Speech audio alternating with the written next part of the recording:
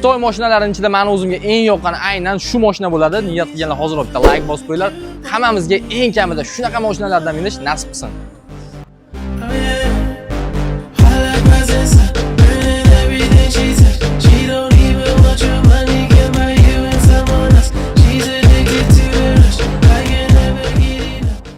Vayak Free 2024-yil restyling varianti mashinamiz kraskasi absolyutni top-toza, endigina 33 ming yuribdi xolos.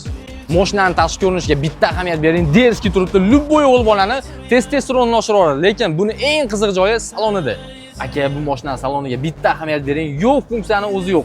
Abduf abagrev sideniyasiga masajlarigacha bor ekan. Даже torpedalarigacha tushib chiqar ekan.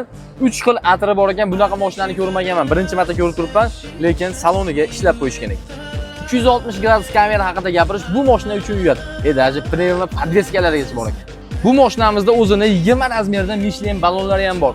Orqasiga bitta ahamiyat beringlar, shunaqangi sportivniy ko'rinishga ega spoilerlargacha bor. Mashinamiz gibrid motor bo'lib, to'liq zaryad bilan 1100 km yuradi. Mashinaning orqasida o'tirsa juda ham qulay, o'zini shunaqangi panorama lyuklarigacha bor. Hamma kutgan eng qiziq joyi mashinamizning narxida. Narxini 33 ming dollarga beraveramiz. Kimga qiziq bo'lsa, pastda egalarning nomerini qoldirman. Batafsil ma'lumot olishingiz mumkin. Videoga like bosib, tanishlarga jo'natib qo'yish esdan chiqmasin.